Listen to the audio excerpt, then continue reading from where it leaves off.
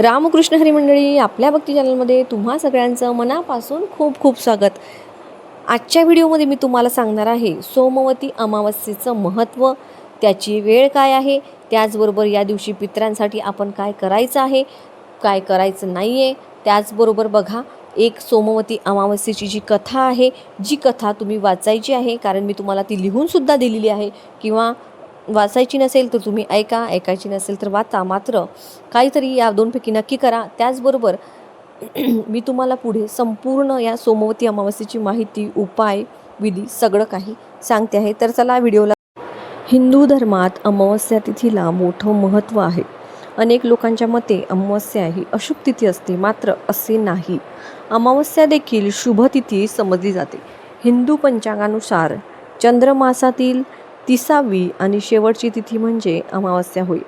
या दिवशी रात्री चंद्र पृथ्वीवरून पूर्णपणे दिसत नाही. वर्षभरात एकूण 12 अमावस्या येतात, ज्याचे हिंदू धर्मात विशेष धार्मिक आणि आध्यात्मिक महत्त्व आहे. आता लवकरच अधिक मासातली शेवटची तिथी अमावस्या येणार आहे. मुख्य म्हणजे ही अमावस्या सोमवती अमावस्या आहे, त्यामुळे हिचं महत्त्व अधिक आहे.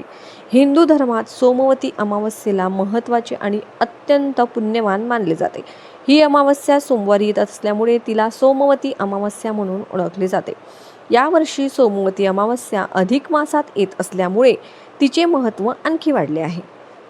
सोमवती अमावस्येला एक विशेष स्थान आहे, कारण या दिवशी स्नान, दान, उपवास आणि पूजा करणाऱ्या व्यक्तीला भगवान शिव आणि पार्वती मातेचा आशीर्वाद मिळतो. शाश्वत सौभाग्याचे वरदान आणि इतर अनेक फायदे मिळतात. सोमवती अमावस्या हा पितरांचं तर्पण पूजन करण्यासाठी अत्यंत शुभ दिवस मानला जातो. यंदाची अमावस्या अधिक मासात येत असल्यामुळे या दिवशी पवित्र नद्यांमध्ये स्नान केल्याने आणि दानधर्म केल्याने लाभ मिळतो. यंदा अमावस्या तिथी रविवारी 14 जून रोजी दुपारी 12:12 सुरू होत आहे आणि सोमवारी 15 जून रोजी सकाळी 8:24 असणार आहे. उदय तिथीनुसार 15 जून रोजी सोमवती अमावस्येचा उपवास केला जाणार आहे. 14 जून हा दिवस पितरांच्या विधीसाठी देखील शुभ असेल. सोमवती अमावस्येच्या दिवशी शूल योग आणि मृग शीर्ष नक्षत्र देखील असणार आहे. या दिवशी शूल योग पहाटेपासून सकाळी 8:55 असतो. त्यानंतर 16 जून रोजी पहाटे 4:38 गंडायोग असतो. मृगशीर्ष नक्षत्र देखील पहाटेपासून सायंकाळी 7:09 असेल.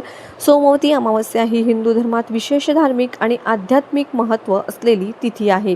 जी अमावस्या सोमवारी येते त्याला आपण सोमवती अमावस्या म्हणून ओळखतो. ही तिथी वर्षातून 1 किंवा 2दा येते आणि याला पितृकार्य, स्नानदान आणि भगवान शिवपार्वतीच्या पूजेचं विशेष महत्त्व आहे. या दिवशी शनी आणि कालसर्प दोषांपासून मुक्ती मिळवण्यासाठी सोमवती अमावस्येचा दिवस देखील खूप विशेष आहे. शनिदेवाच्या 7.5चे दुष्परिणाम टाळण्यासाठी सोमवती अमावस्येच्या दिवशी शनिदेवाला मोहरीचं तेल अर्पण करावं. सोमवती अमावस्येच्या दिवशी विवाहित स्त्रिया आपल्या पतीच्या दीर्घ आयुष्यासाठी उपवास देखील करतात. तसेच या दिवशी मौन पाळण्याची परंपरा अनेक ठिकाणी आहे. सोमवती अमावस्येच्या दिवशी पूजा, पाठ, दान आणि अर्पण केल्यास विशेष फळ मिळतं. या दिवशी भगवान भोलेनाथाची विधिवत पूजा केल्याने घरात सुख समृद्धी राहते. सोमवती अमावस्येच्या दिवशी विवाहित स्त्रिया उपवास करतात आणि पार्वती मातेची व भगवान शिव यांची पूजा करून सौभाग्याचा आशीर्वाद आणि पतीचा संरक्षणाची प्राप्ती करतात. अशाने वैवाहिक जीवन सुखमय होतं असं म्हटलं जातं. अधिक मास सोमवती अमावस्येचं महत्त्व, पूजाविधी आणि कथा. हिंदू धर्मात अमावस्या तिथीला मोठं महत्त्व आहे. अनेक लोकांच्या मते अमावस्या ही अशुभ तिथी असते, मात्र असे काही नाही. अमावस्या देखील शुभ तिथी समजली जाते. आपला सगळ्यात मोठा सण दिवाळी हा अमावस्येच्या दिवशी आपण साजरा करत असतो. हिंदू पंचांगानुसार चंद्रमासातील 30वी आणि शेवटची तिथी म्हणजे अमावस्या होय. तर बघा, अमावस्या तिथीच्या दिवशी अर्थात अमावस्येच्या दिवशी सकाळी लवकर उठायचं आहे. घराची साफसफाई करून घ्यायची आहे. घराची साफसफाई झाल्यानंतर बघा, जमलं तर अंघोळीच्या पाण्यामध्ये गंगाजल टाकून आपल्याला अंघोळी करायची आहे. त्यानंतर बघा, आपल्याला आपल्या देवघरातील देवांची विधिवत पूजा करून घ्यायची आहे. त्यानंतर आपल्याला आपल्या उंबरठ्यावर हळदीचं लेपन देखील करायचं आहे. त्यानंतर आपल्या तुळशीची पूजा देखील करून घ्यायची आहे. अमावस्येच्या दिवशी स्वच्छता करणं खूप जास्त महत्त्वाचं मानलं जातं. या दिवशी माता लक्ष्मीची देखील पूजा केली जाते. तसंच या दिवशी काही वाईट क्रिया देखील लोक करत असतात, मात्र आपण त्याची काळजी घ्यायची असते. या दिवशी कोणी आपल्याला पांढरी मिठाई वगैरे खायला दिली तर ती खायची नाही. कुणाला आपण समजा स्मशानभूमीपासून जाणे किंवा अशा गोष्टी शक्य तितक्या टाळायच्या. असं नाही की तुम्ही असंच करा, पण शक्य तितकं टाळायचं. कुणं काही दिलं तर ते खायचं नाही. बघा, त्याचबरोबर या दिवशी आपल्याला आपल्या पितरांसाठी अर्पण देखील करायचं असतं. नाही काही जमलं तर पांढरा बिना मिठाचा भात सेपरेट वाटीभर शिजवायचा आणि तो आपल्या छतावर म्हणा किंवा मग आपल्या बाल्कनीमध्ये म्हणा, त्याच्यावरती काळे तीळ टाकून कावड्यांसाठी तर ठेवायचं.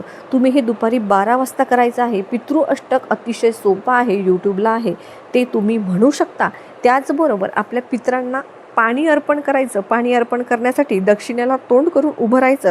तांब्यामध्ये स्वच्छ पाणी घ्यायचं, काळे तीळ टाकायचे, ओम पितृदेवताय नमः म्हणत ते पाणी, ते जल जे आहे ते पितरांच्या दिशेने अर्पण करायचं. त्याचबरोबर एक तांब्याभर पाणी सूर्यदेवाला देखील अर्पण करायचं, ओम घृणी सूर्याय नमः असं म्हणत. त्याचबरोबर एक गोष्ट लक्षात ठेवायची की हे पाणी आपण ओलांडलं जाणार नाही किंवा हे पाणी कुणाच्या पायदणी येणार नाही. त्यामुळे पाणी टाकताना, तर्पण करताना लक्षात घ्या, पाणी तुम्ही एखादं झाड तिथे ठेवा किंवा मग एखादं पातेलं ठेवा. नंतर ते पाणी तुम्ही व्यवस्थित ठिकाणी ठेवा किंवा मग ते वाळून जात असेल तर हरकत नाही. तर त्याचबरोबर बघा, आपण या दिवशी पितरांसाठी दिवा देखील लावू शकतो. हा दिवा दुपारी तुम्ही 12 वाजता तुमच्या माठाजवळ देखील लावू शकता. त्यामध्ये अगदी साधी मातीची पणकी घ्यायची, मात्र ती स्वच्छ घासून पुसून घ्यायची. त्यामध्ये तिळाचं तेल टाकायचं, काळे तीळ चिमूटभर टाकायचे.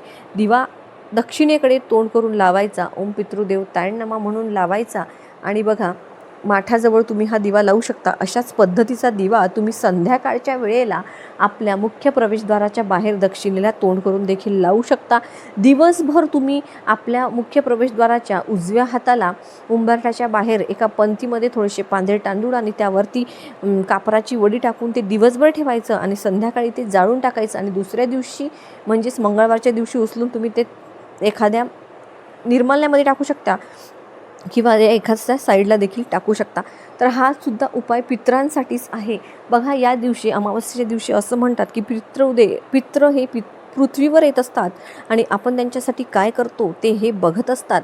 बघा, पितृदोष आपल्याला का लागतो? कारण आपल्या पितरांना त्रास होत असतो. पितरांना मुक्ती मिळण्यासाठी आपण हे उपाय करत असतो. पितृ जे आहेत ते अडकलेले असतात, त्याचा कुठेतरी जीव म्हणजे त्यांना जे हवं आहे ते मिळत नसतं. त्यामुळे त्यांच्या नावाने पाणी म्हणा किंवा अन्न म्हणा किंवा वस्त्र, ज्या काही गरजू वस्तू आहेत त्या पितरांच्या नावाने या दिवशी दान केल्या जातात. आणि आपल्या पितरांना त्रास होऊ नये, कारण पितरांना त्रास झाला तर ते आपल्याला सुखी ठेवणार नाहीत.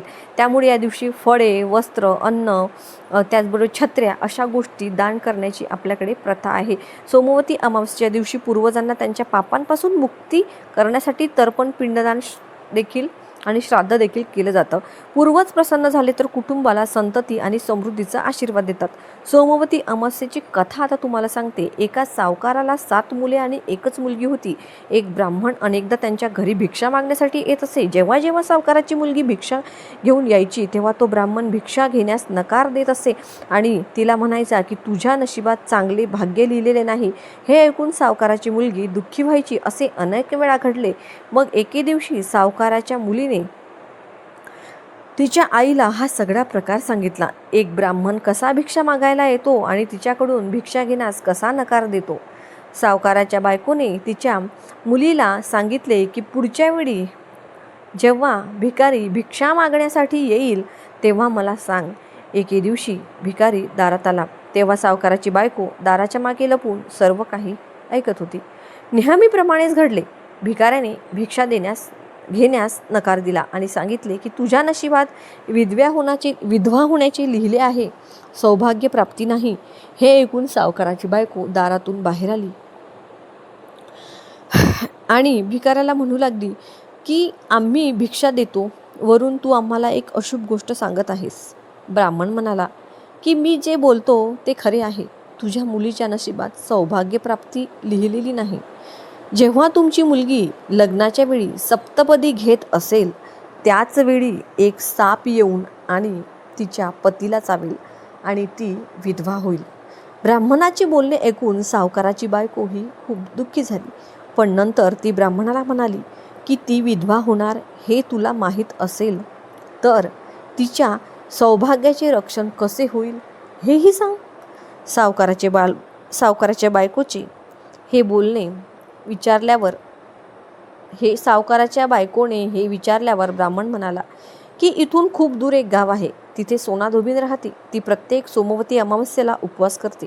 त्यामुळे तिचं सौभाग्य दृढ आहे. तिने येऊन तिचं सौभाग्य तुमच्या मुलीला दिलं तर ती विधवा नाही होणार.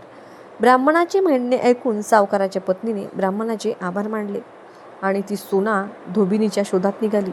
एके दिवशी भरपूर उन्हामुळे ती पिंपळाच्या सावलीत विश्रांती घेत होती. तेव्हा त्याने पाहिले की एक साप आला आणि गरुडाच्या पिल्लांना खाण्यासाठी त्या पिंपळाच्या झाडावर चढू लागला. सावकाराच्या पत्नीने सापाला मारून गरुडाच्या मुलांचे रक्षण केले. इतक्यात गरुडही तेथे आला आणि त्याने पाहिले की सर्वत्र रक्त पसरले आहे. गरुडाला वाटले की सावकाराच्या बायकोनेच आपल्या मुलांचे नुकसान केले आहे, म्हणून गरुडाने तिच्यावर हल्ला केला. पण सावकाराच्या पत्नीने त्याला थांबवले आणि सांगितले की तिने मुलांचे रक्षण केले आहे. जेव्हा गरुडाला हे सत्य कळलं तेव्हा तो म्हणाला की तुम्ही माझ्या मुलांचं रक्षण केले आहे तर मला सांगा की मी तुम्हाला कशी मदत करू. तेव्हा सावकाराच्या पत्नीने गरुडाला सांगितले की ती सोना या धोबिनीच्या शोधात निघाली आहे. ती कुठे राहते हे सांगितले तर खूप उपकार होतील. गरुड सावकाराला सोना धोबिनीच्या गावी घेऊन गेला.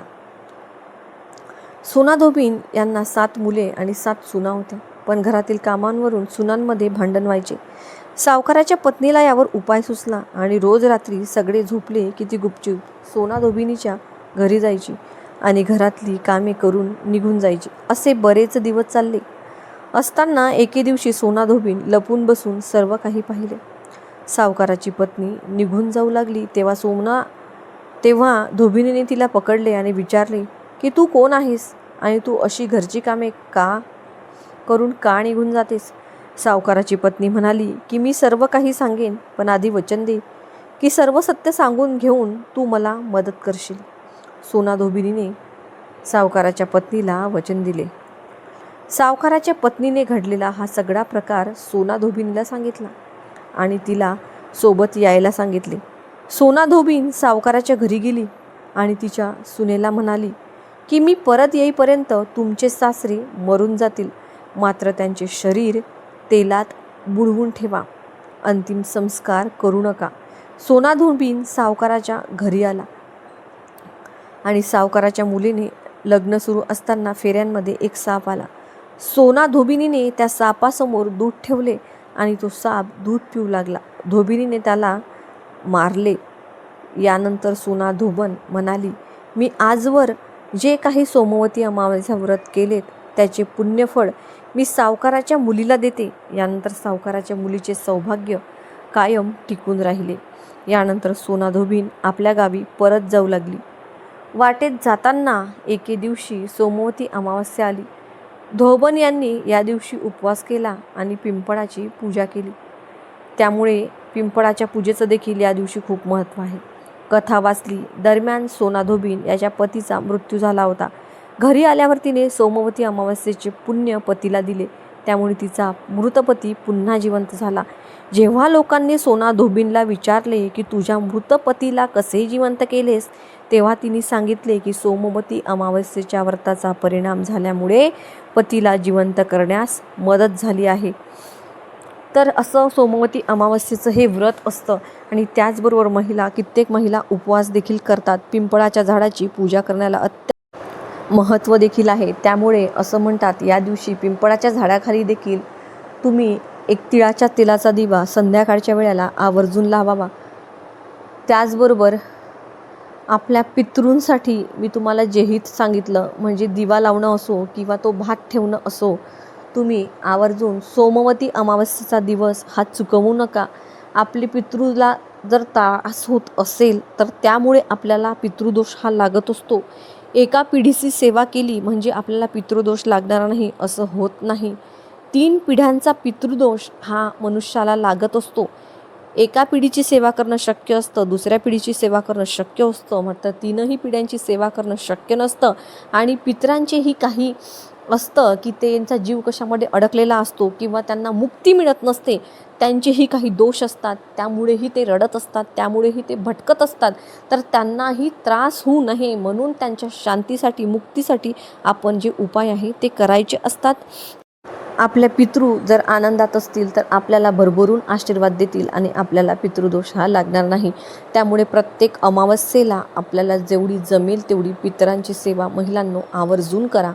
व्हिडिओची माहिती जर तुम्हाला महत्त्वपूर्ण वाटली असेल, व्हिडिओ जर तुम्हाला आवडला असेल तरच व्हिडिओला लाईक करा. त्याचबरोबर बघा, मी सोमवती अमावस्येची जी कथा आहे ती तुम्हाला लिहूनसुद्धा दिलेली आहे. एकतर तुम्ही व्हिडिओ म्यूट करून ती वाचू देखील शकता किंवा